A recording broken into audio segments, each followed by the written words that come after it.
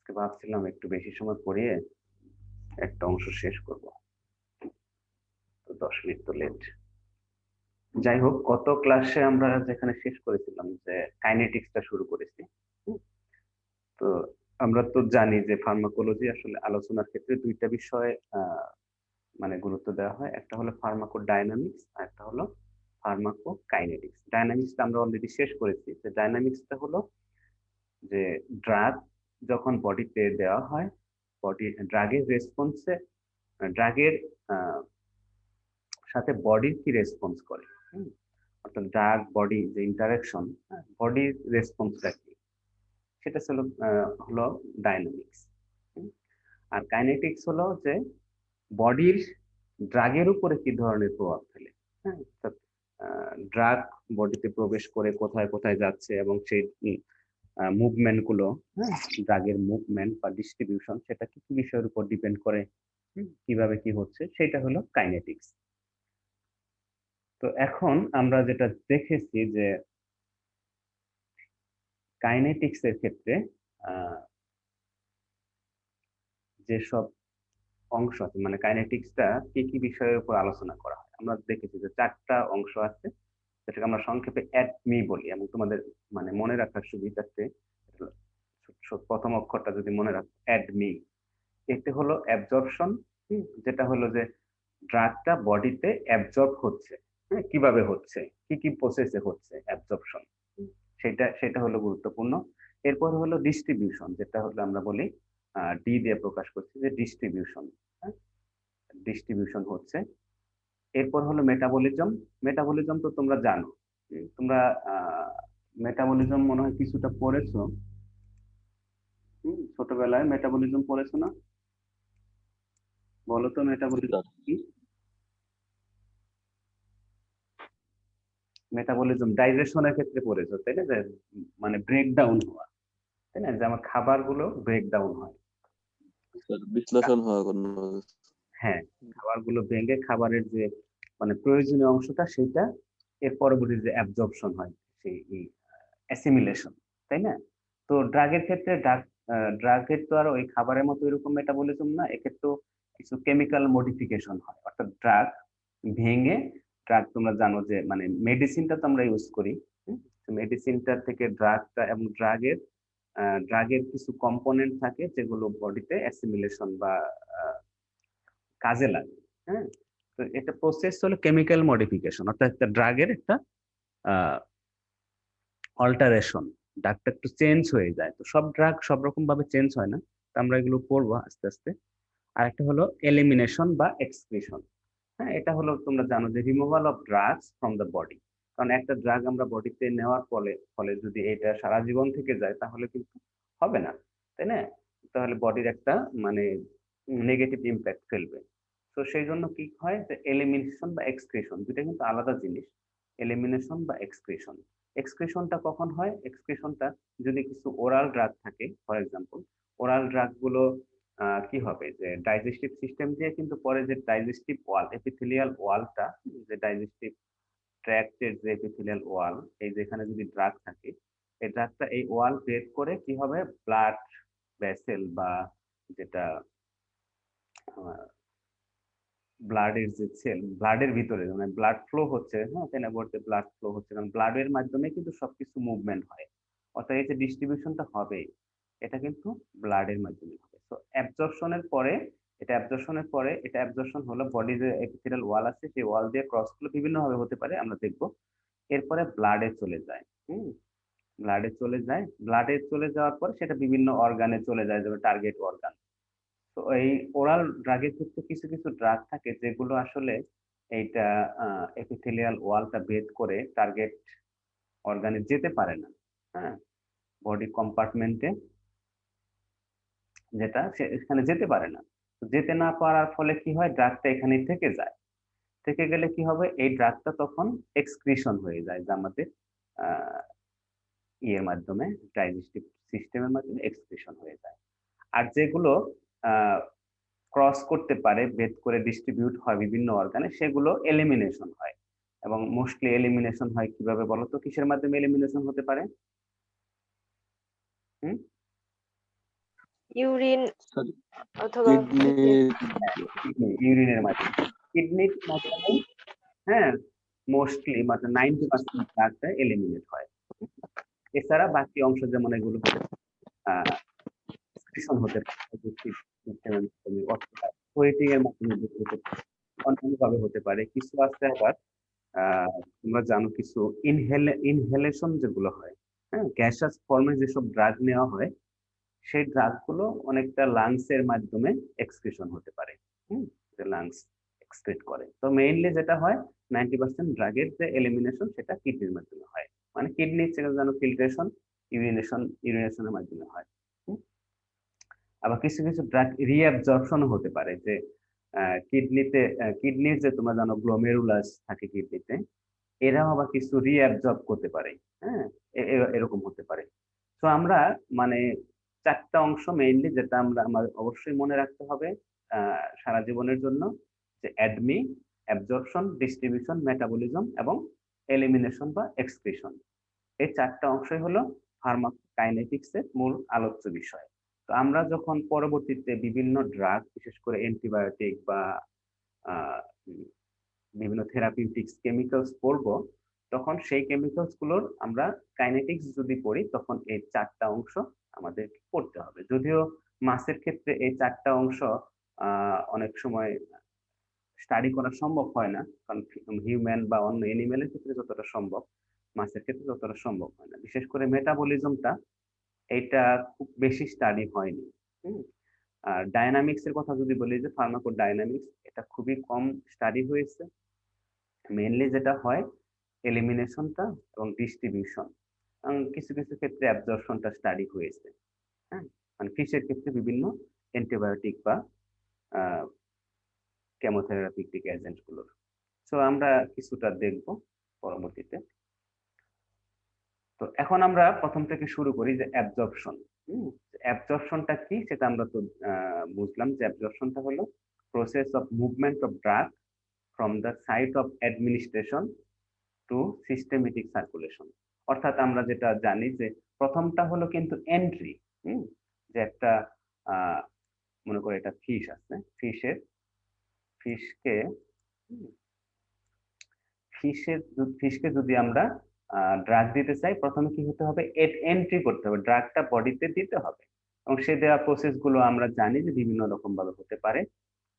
যেমন এন্টারনাল রুট, যেটা ওরাল হতে পারে, গ্যাস্ট্রোইন্টেস্টিনাল, হ্যাঁ, ওরালের মাধ্যমে যেটা কি হবে, যে ডাইজেস্টিভ সিস্টেমে চলে যাবে। সাবলিঙ্গুয়াল, যদিও এটা ফিশের ক্ষেত্রে এটা হয় না, এটা হিউম্যান বা সাবলিঙ্গুয়াল, যে জিহ্বার নিচে অনেক ড্রাগ দিয়ে দেয়, তোমরা জানো। রেকটালে হতে পারে, যেটা ফিশের ক্ষেত্রে দেওয়া হয় না। হ্যাঁ, ফিশের ক্ষেত্রে ওরাল হতে পারে, ইন্ট্রাভেনাস হতে পারে, গত ক্লাসে আমরা বলেছি যে ইন্ট্রাভেনাস হতে পারে, ইন্ট্রামাসকুলার হতে পারে, আর একটা ইন্ট্রা পেরিটোনিয়াল হতে পারে, তাই না? ইন্ট্রাপেরিটোনিয়াল হতে পারে, সাবকিউটেনাস হতে পারে, সাবকিউটেনাস মানে হলো যে স্কিনের নিচে দিয়ে দেওয়া, ট্রান্সডার্মাল হতে পারে, ট্রান্সনেজাল হতে পারে। এগুলো আসলে ফিশের ক্ষেত্রে ডার্মালটা সম্ভব, ট্রান্সনেজালটা সম্ভব না।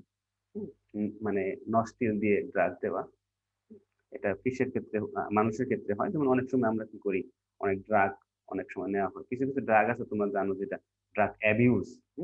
তোমরা জানো যে কিছু লোক আছে যারা এডিক্টেড, তারা কিন্তু নাকের মাধ্যমে স্মেল নেয়, তাই না? তোমরা জানো না সেটা? জি স্যার। ওইটা স্যার ট্রান্সনেজাল হতে পারে। তো ফিশের ক্ষেত্রে এটা হয় না। তো ফিশের ক্ষেত্রে আমরা দেখতে পারি যে ইন্ট্রাভেনাস, ইন্ট্রামাসকুলার, আবার ইন্ট্রাপেরিটোনিয়াল, যেটা আইপি, এটা হতে পারে। ট্রান্সডার্মালটাও সম্ভব, ওরালটা সম্ভব।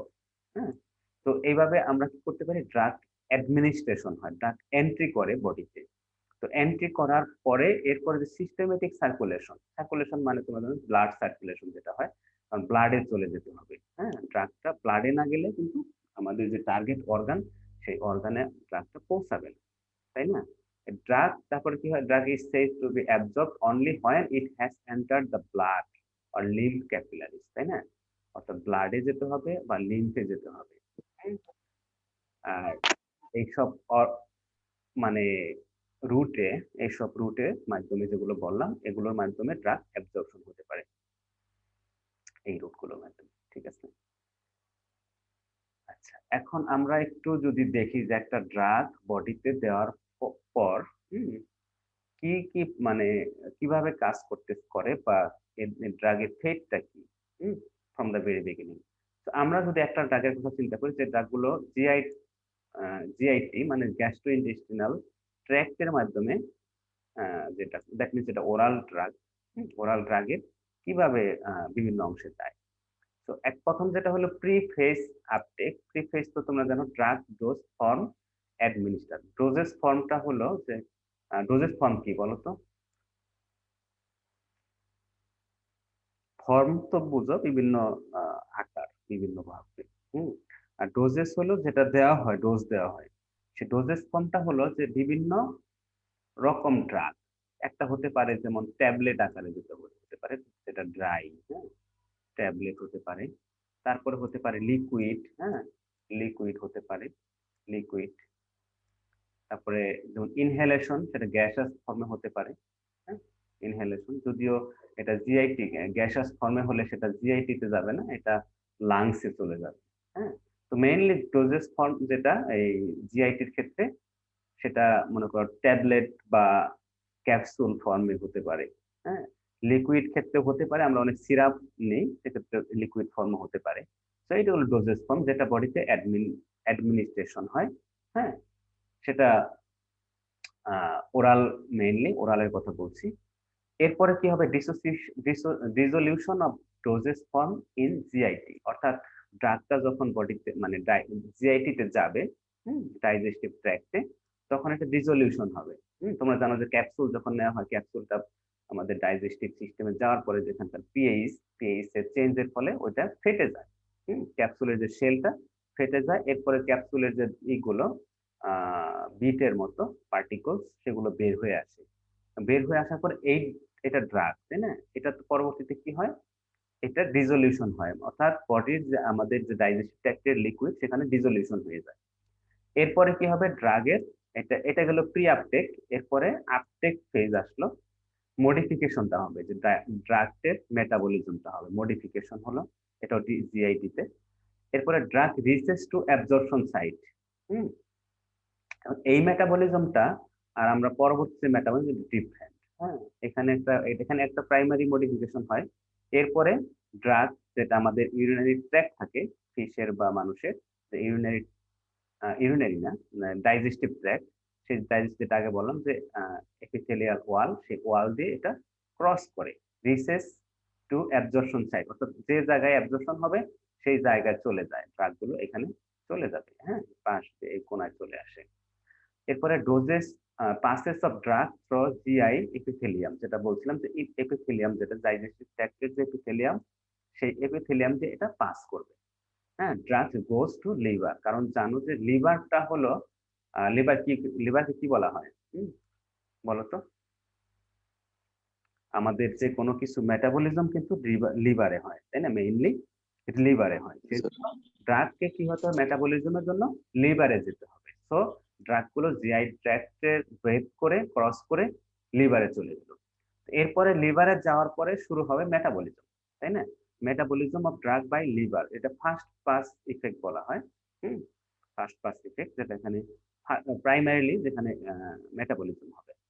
তারপরে হলো এরপরে এন্টারোহেপাটিক সার্কুলেটরি সিস্টেম, যেটা ব্লাড সার্কুলেশন সিস্টেম। হেপাটিক তোমরা জানো যে হেপাটিক মানে কি? লিভার থেকে বলা হয়, তাই না? যে লিভারের সাথে তোমরা জানো যে সার্কুলেটরি সিস্টেমের একটা কানেকশন আছে। তো হেপাটিক সার্কুলেটরি সিস্টেমে চলে গেল। After metabolism drug again reaches to systematic circulation. Systematic সার্কুলেশনটা হলো যেটা আমাদের যে সারা বডির আর্টারিয়াল সিস্টেম, আর্টারির মাধ্যমে যেটা হয়, ব্লাড চলে যায় সারা বডিতে। তো আর্টারিয়াল সিস্টেমটা হলো সিস্টেমেটিক সার্কুলেশন। এরপরে movement of drug to the body. তো আর্টারিয়াল সিস্টেমে যখন চলে যাবে, হ্যাঁ, হেপাটিক সার্কুলেশন মানে লিভার থেকে যখন আর্টারিয়াল সিস্টেমে যাবে, তখন কি হবে? সারা বডিতে ড্রাগটা চলে যাবে, তাই না? বডিতে ড্রাগ গেলে তখন বডিতে কাজ করা শুরু করবে। তো এখানে আমরা যদি ফিশের ক্ষেত্রে বলি যে ড্রাগ আছে এখানে, এই ড্রাগটা আমরা ওরালি যখন এটাকে ফিশকে দেওয়া হবে, তখন ফিশটা এই যে ডাইজেস্টিভ সিস্টেম দেখতেছে, ডাইজেস্টিভ সিস্টেমে চলে যাবে। তো ডাইজেস্টিভ সিস্টেমে যাওয়ার পরে এটা এখান থেকে কি হবে? দেখো লিভার আছে, হুম লিভার কোথায় বলো তো? এটা লিভার না? হ্যাঁ, এটা লিভার। সো এই লিভারে চলে আসবে। এই লিভারে আসার পরে লিভারের সাথে তখন সার্কুলেটরি সিস্টেমের কানেকশন আছে। সার্কুলেটরি সিস্টেমের মাধ্যমে মানে সিস্টেমেটিক সার্কুলেশন যেটা সারা বডিতে চলে যাবে। হ্যাঁ, আর ফাইনালি যেটা কিডনিতে চলে গেলে যখন এক্সক্রিশনের ফিল্ট্রেশনটা হবে। তাই? তো এই হলো ওভারঅল হ্যাঁ ড্রাগের কাইনেটিক্সটা। তো আমরা এখন একটু দেখি যে অ্যাবজর্পশনটা কিভাবে হয়, ড্রাগের যে অ্যাবজর্পশন। তো অ্যাবজর্পশন হতে পারে কয়েকটা ভাবে হতে পারে, মেইনলি তিনটা ভাগে ভাগ করা হয়। একটা হলো ট্রান্সসেলুলার অ্যাবজর্পশন, যেটাকে বলে ইন্ট্রাসেলুলার, আর একটা প্যারাসেলুলার বা ইন্টারসেলুলার, একটা হলো বেসিকুলার ট্রান্সপোর্ট। আচ্ছা, কেউ বলো তো ইন্ট্রাসেলুলার আর ইন্টারসেলুলার এই দুইটার পার্থক্য তোমাদের কি মনে থাকে না বলে দাও? হুম,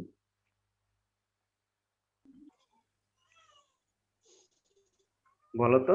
স্যার ইন্টারনাল সমস্ত পুরোটা সেল আর কি, ভিতরে যেটা ইন্টারসেল শুধু নির্দিষ্ট একটা। আচ্ছা, আর কেউ কিছু বলতে পারবা? ঠিক আছে তোমার। আর কেউ কিছু বলবা?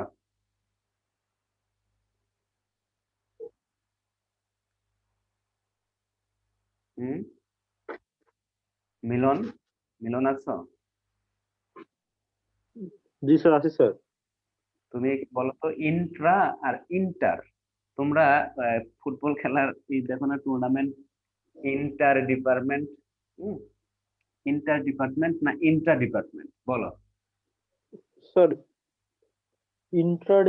ইন্ট্রা সম্ভবত স্যার মানে একই সেলের মধ্যে যে ব্যাপারটা থাকতে হবে, একটা সেলের ভিতরে যে কার্য ইয়াটা, এটা হচ্ছে ইন্ট্রা। হ্যাঁ, আর ইন্টার হচ্ছে কি পাশাপাশি সেলের এক মধ্যে বা দুইগত সেলের মধ্যে, এটা ইন্টার। গুড। ঠিক আছে, তাহলে তোমাদের ধারণা মানে ঠিক আছে, তোমরা একটা মানে মনে আছে বিষয়টা। ইন্ট্রাসেলুলার এটাকে আমরা বলি আবার ট্রান্সসেলুলার, অর্থাৎ একই সেলের ভিতরে যেটা ট্রান্সপোর্ট হবে সেটা, অর্থাৎ সেল থেকে সেল মানে একই সেলের ভিতর দিয়ে ট্রান্সপোর্ট। আর প্যারাসেলুলার বা ইন্টারসেলুলার অর্থাৎ দুইটা সেলের মাঝ দিয়ে যেটা হবে সেটা ট্রান্সপোর্ট, হ্যাঁ, একটা সেল থেকে আরেকটা সেলে। আর বেসিকুলার সেটা সেটা একটু ডিফারেন্ট, আমরা একটু দেখবো পরবর্তী। বেসিকলের মাধ্যমে তোমরা জানো যে বডির মধ্যে বিভিন্ন বেসিকল থাকে, তাই না? বিভিন্ন বেসিকল পোরাস অংশ থাকে, সেই অংশ দিয়ে ট্রান্সপোর্ট হয়। তো আমরা প্রথমে যদি দেখি যে ইন্ট্রাসেলুলার ট্রান্সপোর্ট বা ট্রান্সসেলুলার যেটা, এই মেকানিজমটা হলো সব drug moves across GI epithelium to get absorb, অর্থাৎ যে আমাদের যে জিআই ট্র্যাক্ট আছে, জিআই ট্র্যাক্টের এইদিকে যে ড্রাগ গুলো মানে ক্রস করে, হ্যাঁ, এপিথেলিয়াল সেলের মাধ্যমে যেটা ক্রস করে ড্রাগ, সেইটা হলো ইন্ট্রাসেলুলার বলা হয়। এক্ষেত্রে আবার দুইটা মেকানিজম আছে, একটা বলা অ্যাক্টিভ ট্রান্সপোর্ট, একটা হলো প্যাসিভ ট্রান্সপোর্ট। তোমরা টার্মের সাথে হয়তো পরিচিত। অ্যাক্টিভ মানে কি, যেখানে কি হবে অ্যাক্টিভ ট্রান্সপোর্ট অর্থাৎ ট্রান্সপোর্টের জন্য এনার্জি প্রয়োজন হয়। হ্যাঁ, এনার্জি, যে ট্রান্সপোর্টের ক্ষেত্রে এনার্জি লাগে, অর্থাৎ এনার্জিটা আসে কোথা থেকে, যে বডিতে এটিপি নাম জানো, এটিপি, এটিপিটা করে এটিপি থেকে এডিপি হয়, তাই না? আর একটা ফসফরাস ইউজ করে এবং ফসফরাস থেকে এরা এনার্জি নেয়। সো এটা যে ক্ষেত্রে হয় সেটাকে বলা হয় অ্যাক্টিভ ট্রান্সপোর্ট। আর প্যাসিভ ট্রান্সপোর্টটা হলো যে ক্ষেত্রে এনার্জির প্রয়োজন হয় না। হুম, এনার্জির প্রয়োজন না হলে সেটাকে বলে আমরা প্যাসিভ ট্রান্সপোর্ট। এখন তোমরা একটু বলো তো যে অ্যাক্টিভ ট্রান্সপোর্ট আর প্যাসিভ ট্রান্সপোর্ট এটা কোন কোন ক্ষেত্রে হতে পারে?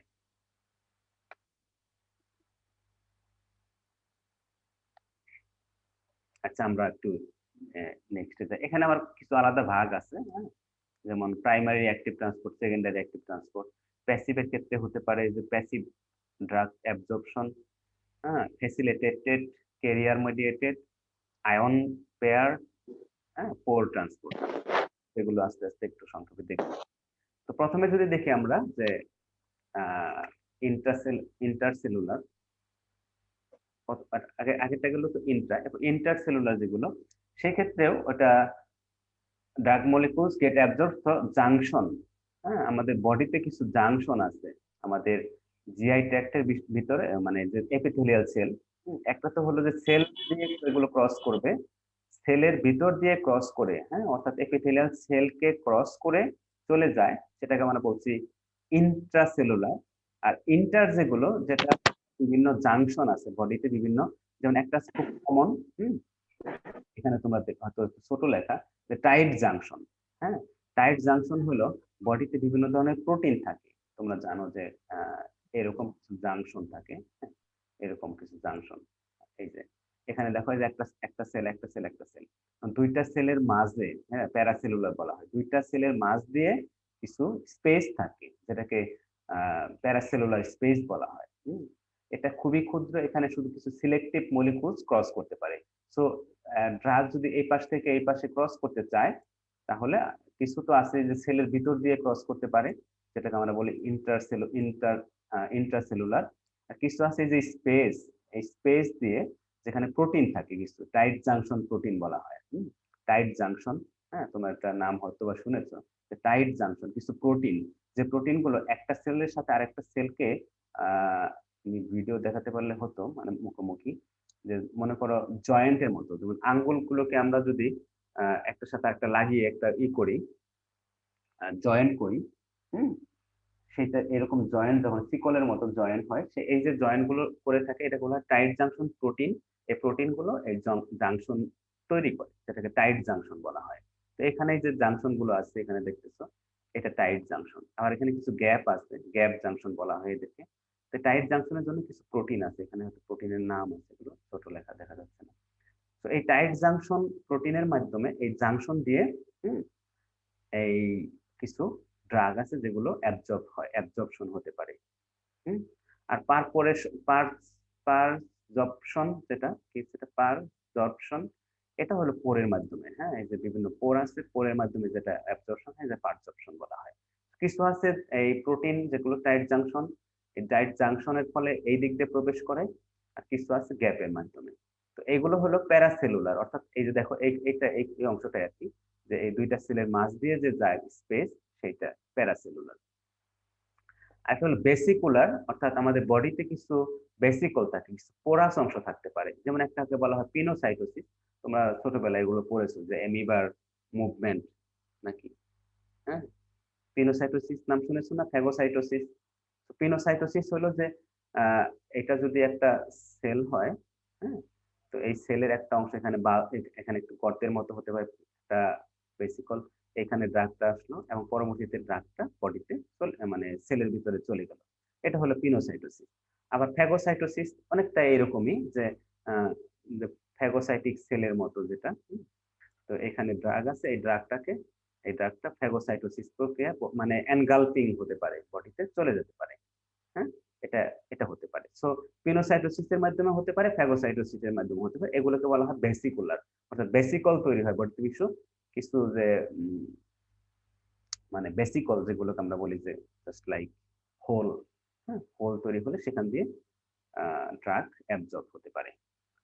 আচ্ছা, এখানে অনেক লেখা দেখা যাচ্ছে, জাস্ট আমি এত কিছু বলবো না, তোমাদের মানে পড়ার সুবিধার জন্য আমি এগুলো সব রেখে দিছি এখানে। অ্যাক্টিভ ট্রান্সপোর্টের ক্ষেত্রে যদি আমরা বলি, প্রথম থেকে আসি, অ্যাক্টিভ ট্রান্সপোর্ট যেটাকে আমরা দুই রকম ভাগ করছি, একটা প্রাইমারি, একটা সেকেন্ডারি। তো এখানে যেটা দেখতে পাচ্ছ যে ড্রাগ, এটা ড্রাগ, হ্যাঁ, এটা এগুলো ড্রাগ। সেই ড্রাগটা এই স্পেস থেকে, হ্যাঁ, সেলের এই অংশ থেকে এই অংশে প্রবেশ করবে। তখন কি করে, বডিতে এটিপি আছে, সেই এটিপি থেকে এনার্জি নিয়ে, হ্যাঁ, ফসফরাসটা নিয়ে তখন এটা প্রবেশ করলো। তো এখানে দেখতে পাচ্ছ যে এটিপি থেকে এডিপি হলো, ফসফরাস হলো প্রাইমারি ট্রান্সপোর্ট। এরপরে সেকেন্ডারি ট্রান্সপোর্ট হতে পারে, দ্যাট মিনস এখানে secondary this mechanism of secondary active transport.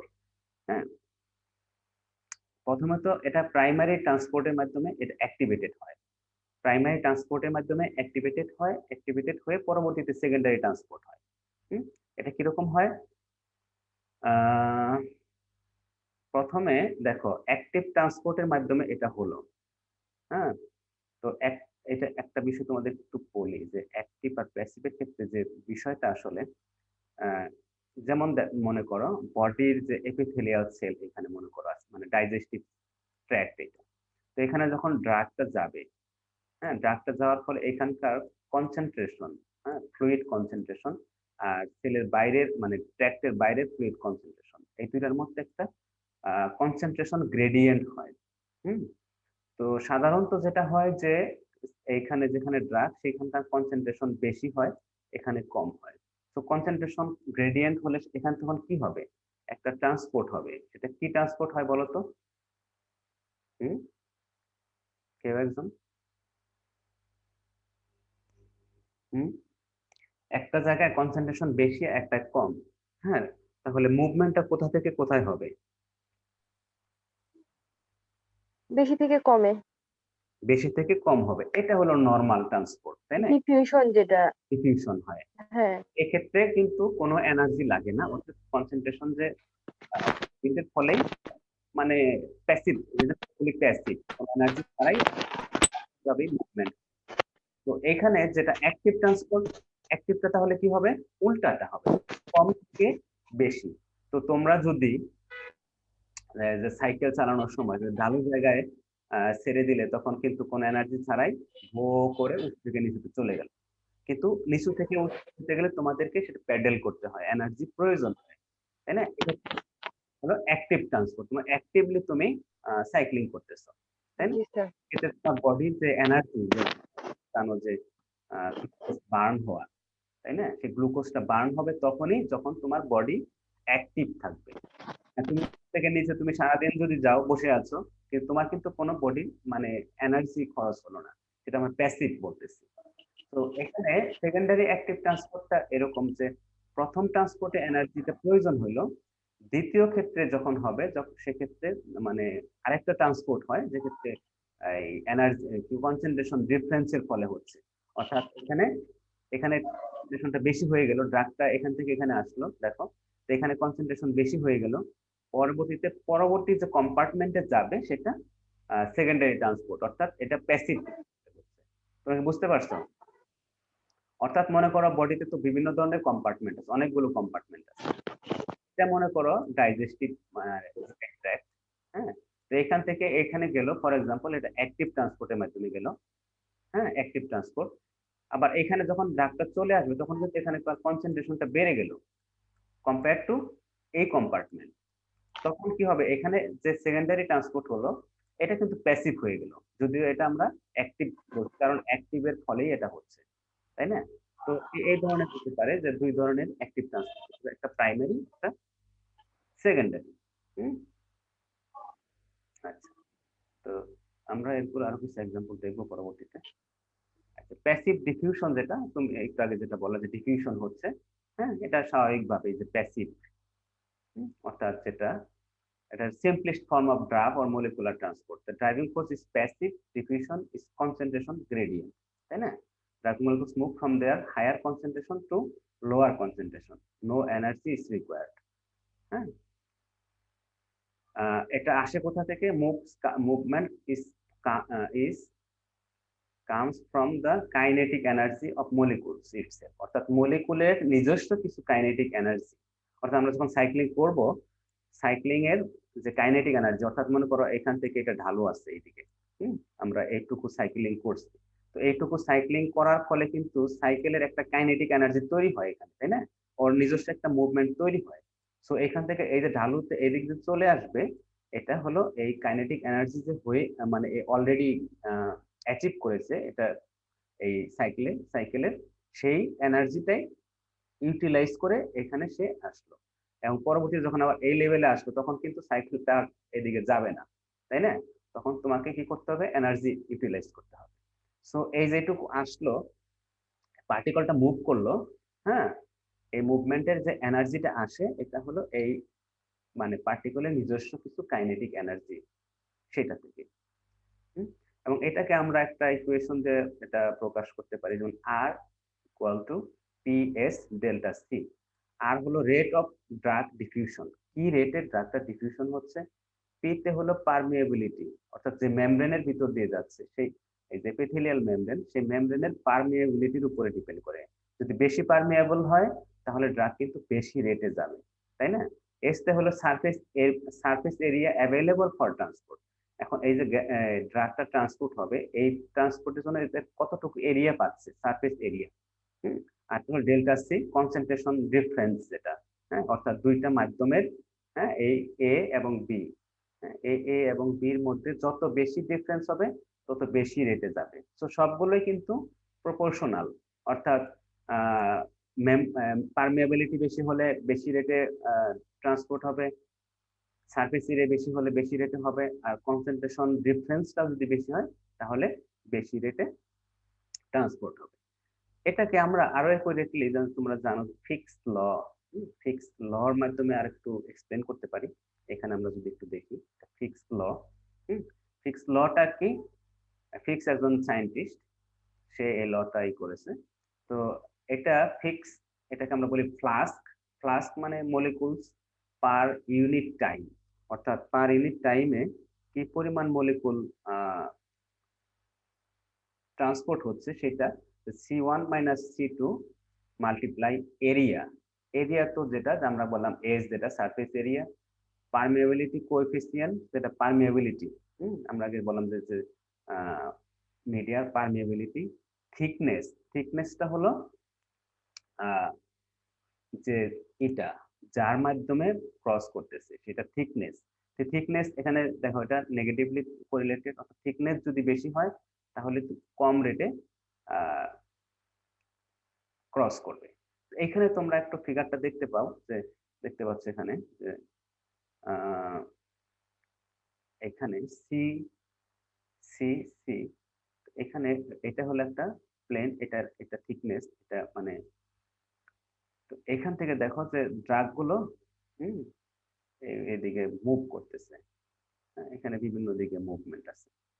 এটা হলো, এটা যদি একটা ব্লাড ভেসেল আমরা হিসেব করি তাহলে এই ব্লাড ভেসেলের এটাকে আমরা বলতে পারি যে রেফারেন্স প্লেন, দ্যাট মিনস এটা একটা এরিয়া আমরা হিসাব করতে পারি। হ্যাঁ, আরেকটা হলো যে এইটা হলো এইটুকু থেকে যেটা থিকনেস, আর এদিক থেকে এটা মুভ করতেছে, তাই না? যে এইদিকে মুভ করা, কিন্তু মুভমেন্টটা এইদিকে না হয়ে বিভিন্ন দিকেও যাচ্ছে, তাই না? বিভিন্ন দিকে যাচ্ছে। নেট পার্টিকল মুভমেন্ট রেট যেটা হলো, আসলে এখানে কোনো রেট নেই। স্যার এখানে ফ্লাক্স বলতে কি, এটা মানে কি পরিমাণ যাচ্ছে এটা স্যার? হুম, স্যার ফ্লাক্স কি, ফ্লাক্স কি পরিমাণ যাচ্ছে এটা, মানে অ্যামাউন্টটা ফ্লাক্স বোঝাচ্ছে? ব্র্যাকেটে যে অংশটা আছে মলিকুলস পার ইউনিট টাইম, অর্থাৎ কি পরিমাণ মলিকুলস পার ইউনিট টাইমে মুভ করতেছে সেটা হলো ফ্লাক্স। জি স্যার। আচ্ছা, এখন আরেক কিছু যদি আমরা দেখি যে ফ্যাসিলিটেড ডিফিউশন। ফ্যাসিলিটেডটা কি? ফ্যাসিলিটেড কি বলতে কি বুঝো বলো তো? সুবিধাবাদী, তাই না? অর্থাৎ কিছু মুভমেন্ট আছে, যেমন drugs having molecular weight between 100 to 400 ডালটনস, এরা ফ্যাসিলিটেড ডিফিউশনের মাধ্যমে হবে।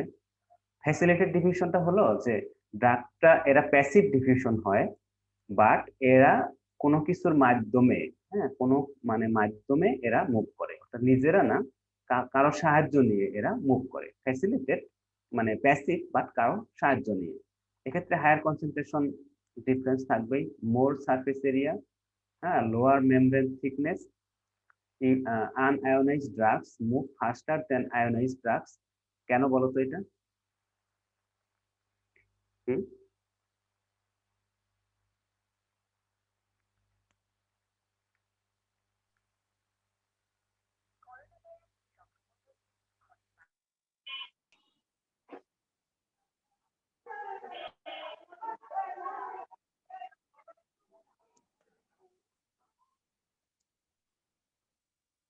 বলো।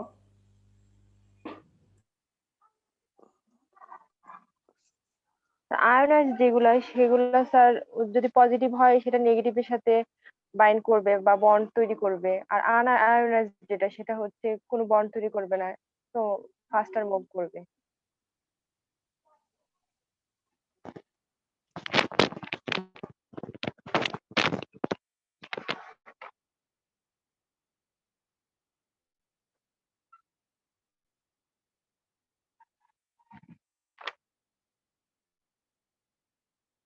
কি হবে বিষয়টা যে যেগুলো আয়োনাইজড, দ্যাট মিন্স কোনো কিছুর সাথে বাইন্ড করলে তখন এরা মুভ করতে পারবে না, তাই না, কম মুভ করবে। এই জন্য আয়োনাইজড যেগুলো সেগুলো স্লো মুভ করবে। কারণ মনে কর এপিথেলিয়ালে চলে আসছে এখানে, তো এখানে যদি এখানে সে থেকে যায়, হ্যাঁ, তাহলে সে মুভ করতে পারতেছে না, কোনো কিছুর সাথে বাইন্ড করে ফেলছে, বন্ডিং করছে, তাই না।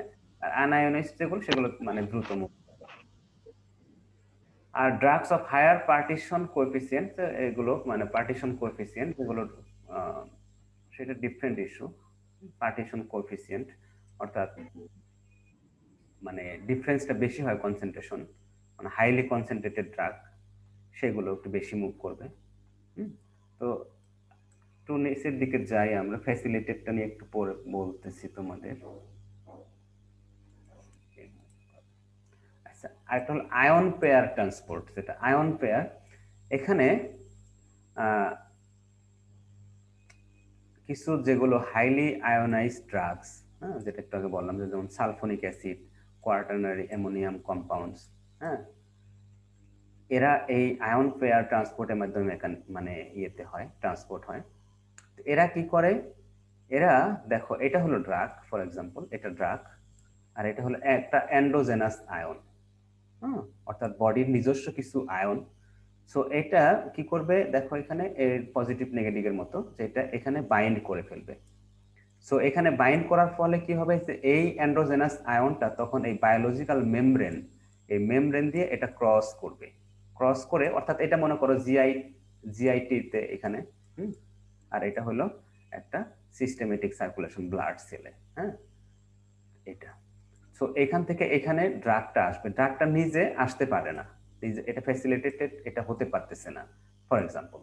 সো তখন কি হবে, সে এর সাহায্যে, অর্থাৎ নদী, যখন নদী পার হয়, কেউ সাঁতার জানে না, তখন কি হয়, একজন যে সাঁতার জানে তার পিঠে ধরে নদীটা পার হয়, পিঠে মানে ধরে রেখে, তাই না, এরকম হতে পারে। সো এরকমই যে এর সাথে বাইন্ড করে তখন এ নিজে কি হবে, এখানে ক্রস করলো, তখন এই বায়োলজিক্যাল মেমব্রেনটা এটা ক্রস করে এই পাশে চলে আসলো। তো এই দুই পাশে যে কিছু হয়তো ফিজিওলজিক্যাল প্রপার্টিস, হ্যাঁ, ফ্লুইড প্রপার্টিস এর কারণে, পিএইচ বা অন্য কোনো কারণে এখানে সে বাইন্ড করতে পারতেছে, বাট এখানে যখন সে চলে আসলো তখন সে এই বন্ডিংটা সরে গেল, তখন কি হবে, এই ড্রাগটা তখন আলাদা হয়ে গেল, তখন সেই ড্রাগটা অ্যাক্টিভ, তখন সে ফাংশনিং, তাই না। আবার এই যে আয়নটা, এই আয়নটা এই ব্লাড, এটা এই ব্লাড থেকে তখন আবার সে হয়তো আবার জিআই ট্র্যাক্টে চলে আসতে পারে, জিআইটিতে চলে আসতে পারে, আবার সে আরেকটা ড্রাগের সাথে বাইন্ড করবে, সামথিং লাইক দ্যাট, দ্য রিসেপ্টরের মতো। যদিও এটা রিসেপ্টর আমরা বলবো না, কারণ এটা রিসেপ্টর ডিফারেন্টলি ফাংশন করে, এটা জাস্ট ট্রান্সপোর্টের জন্য এটা হেল্প করতেছে, এটাও এক ধরনের receptor, but not like real receptor. ঠিক আছে, এটা বুঝতে পারছো? জি স্যার। ওকে, নেক্সট যদি দেখি ক্যারিয়ার মেডিয়েটেড, যেটা এটাও সামথিং ওই আগের ইয়ের মতোই ক্যারিয়ার মেডিয়েটেড, অর্থাৎ কোন একটা ক্যারিয়ার প্রোটিন, হ্যাঁ, ট্রান্সপোর্টার মলিকুল, যেটা ক্যারিয়ার প্রোটিনের সাহায্য নিয়ে এটা হয়।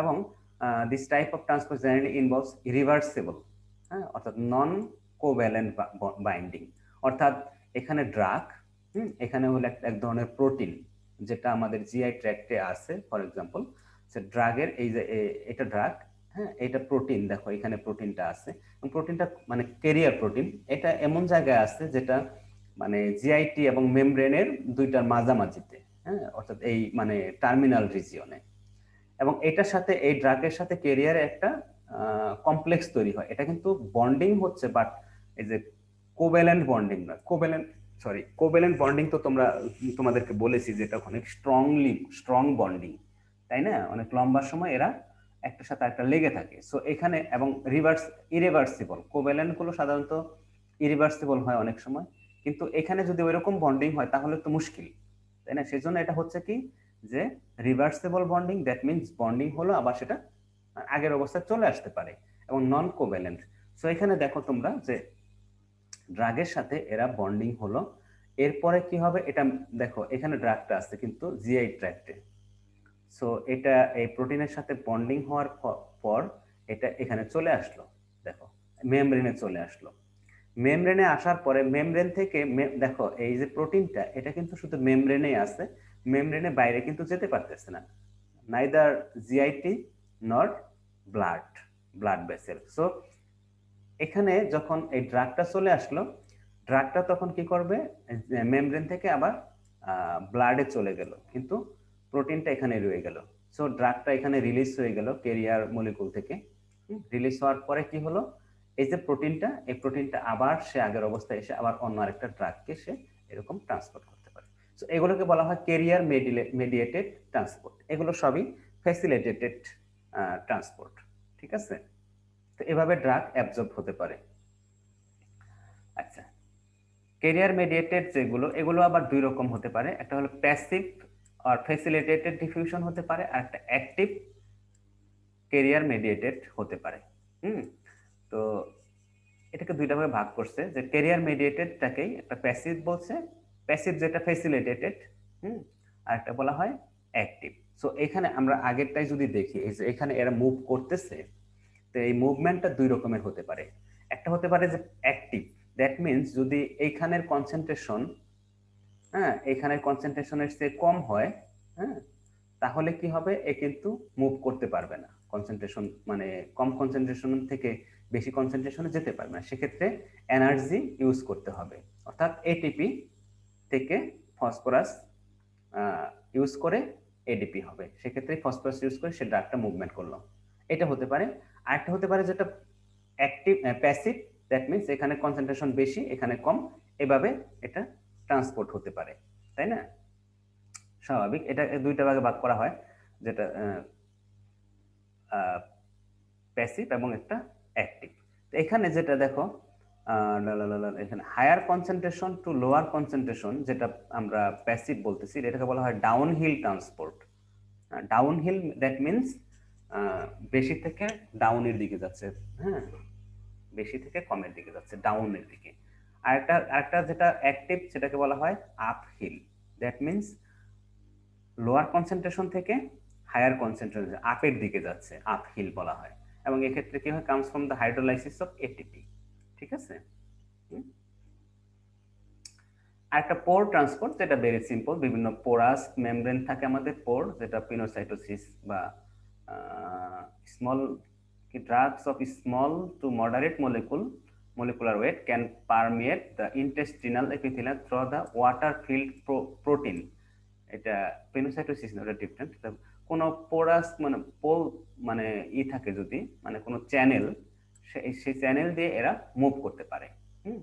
এখানে ড্রাগ গুলো যেগুলো ছোট ড্রাগ, সেগুলো সাধারণত হবে, যেমন দেখো লেজার দেন 100 ডালটন, সাধারণত দেখো drugs and molecular size 5 to 15 angstrom, এই ধরনের ড্রাগ গুলো, ছোট ড্রাগ গুলো, এই সাধারণত এই ধরনের মেকানিজম ইউজ করে ট্রান্সপোর্ট হয়। এখানে আমরা ওভারঅল যদি একটু দেখি, এখানে দেখো, তো এখানে যদি আমরা এ তে দেখি, এটা যে টাইট জাংশনের মাধ্যমে, অর্থাৎ দুইটা সেল, দুইটা সেলের মাঝে যে প্যারাসেলুলার স্পেস, এখানে কিন্তু ফাঁকা না, এখানে কিছু এরকম প্রোটিন থাকে, প্রোটিনের জাংশন থাকে, জাংশন, যেটা আমি আগে বললাম, সে এই দিক দিয়ে একটা ক্রস করতে পারে, মুভমেন্ট করতে পারে, সেটাকে আমরা বলি টাইট জাংশন। এটা এ বলছে এটাকে, প্যারাসেলুলার। 2 নাম্বার যেটা বি তে দেখো, এটা বলছে যে কি, থ্রো লিপিড সেল মেমব্রেন, সরাসরি সেল মেমব্রেনের ভিতর দিয়ে, দ্যাট মিনস এটা হলো কি হচ্ছে, ইন্ট্রাসেলুলার, তাই না? লিপিড মেমব্রেন দিয়ে এরা ক্রস করতেছে, তাই। আরেকটা হতে পারে drugs with the appropriate characteristics may be transported by carriers into or out of the cells. এইখানে দেখো সিতে ড্রাগটা সেলের ভিতরে আসতেছে, মানে অর্থাৎ লুমেন থেকে, ইন্টারস্টিশিয়াম, যেটা এটা লুমেন থেকে ভিতরের দিকে যাচ্ছে, এটা যে এইচ এর মতো দেখতেছো, এটা মনে করে একটা ক্যারিয়ার, সেই ক্যারিয়ারটা ইউটিলাইজ করে ড্রাগটা ভিতরে চলে আসলো। আবার কি হতে পারে, বাইরেও চলে যেতে পারে, এক্সক্রিশনও হতে পারে, এই একই ধরনের ভাবে ক্যারিয়ার ইউটিলাইজ করে, অর্থাৎ এরা ভিতরে বাইরে ইন এন্ড আউট হতে পারে। আর একটা এখানে যেটা দেখো যে কি কিছু ড্রাগ আছে যেগুলো আমাদের যেমন পিনোসাইটোসিস বা ধরনের পোরাস মেমব্রেনের কি বলে ভেসিকলের মাধ্যমে এরা মুভমেন্ট করতে পারে, তাই না? যে এটা যেমন দেখো এখানে ভিতরে প্রবেশ করতেছে, সেটাকে আমরা এন্ডোসাইটোসিস বলবো, হ্যাঁ এন্ডোসাইটোসিস বলতে পারি, পিনোসাইটোসিস। আবার বের হয়ে যখন আসবে তখন এটাকে বলে এক্সোসাইটোসিস, অর্থাৎ সেলের ভিতরে আসলো, সেল থেকে তো আর বাইরে আসতে হবে, স্পেসে আসতে, যে প্যারাসেলুলার স্পেসে যদি যেতে চায় কম্পার্টমেন্টে, তখন এটাকে বলবো এক্সোসাইটোসিস, তাই না? সো এন্ডোসাইটোসিস মানে সেলের ভিতরে ঢুকলো, আর এক্সোসাইটোসিস সেল থেকে বের হয়ে গেল, ঠিক আছে? তো এই হলো অ্যাবজর্পশন। এখন আমরা যদি দেখি একটু, তোমরা কি বোর হয়ে যাচ্ছ?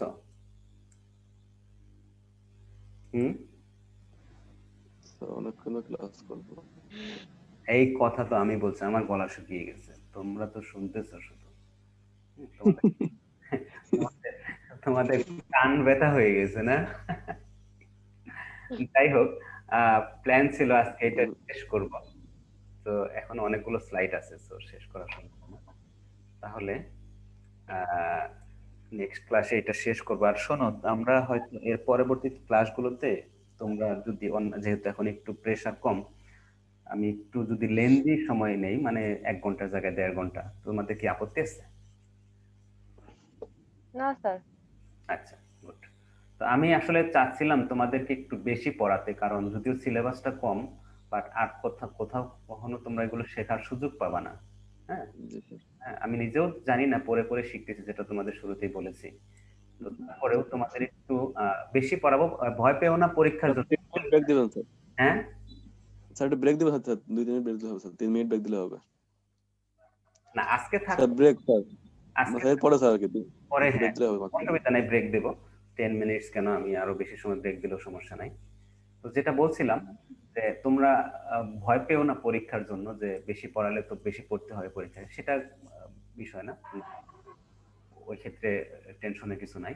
হ্যাঁ, কোভিড এর কারণে এমনিতেই আমরা স্টুডেন্টদের প্রতি একটু ফেভার করব সবসময়, সব ব্যাচের ক্ষেত্রে।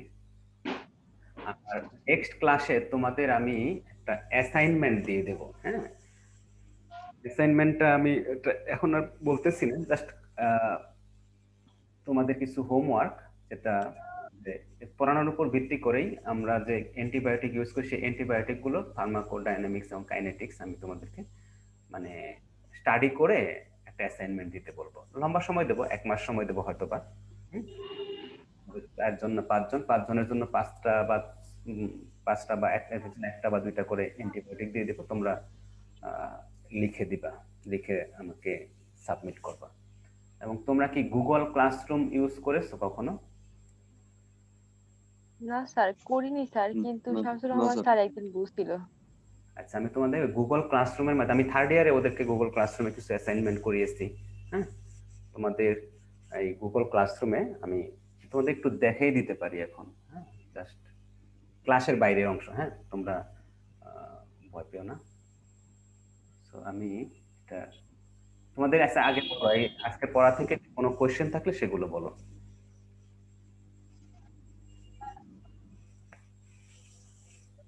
কারো বুঝতে সমস্যা হলে, মানে অ্যাবজর্পশন তো পড়ালাম, এরপর ডিস্ট্রিবিউশন, মেটাবলিজম, এলিমিনেশন আসবে, তো এর পর্যন্ত তোমাদের কোনো কনফিউশন, কোনো সমস্যা আছে কিনা?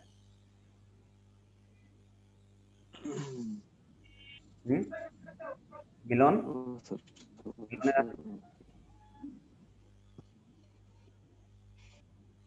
আচ্ছা যদি না থাকে পরের ক্লাসে তোমরা বলো, নোট করে রেখো।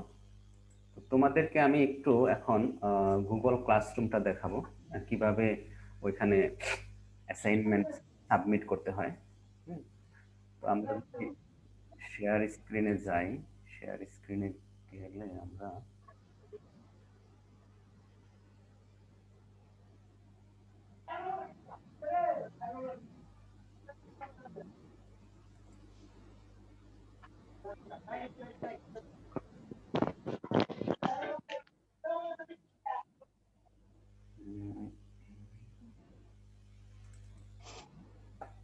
আরে কি চলে আসলো,